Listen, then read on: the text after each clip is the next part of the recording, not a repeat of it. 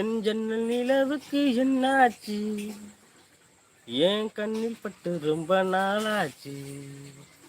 என் ஜன்னல் நிலவுக்கு என்னாச்சு? என் கண்ணில் பட்டு ரொம்ப நாளாச்சு. கண்கள் ரெண்டை உருட்டி மிரட்டி கொஞ்சுகின்ற அழகே, குங்குமத்தில் எடுத்த குண்டு மல்லிச்சரமே, மந்தம் மாறுதம் உந்தன் மேனியில் பூத்திருக்க.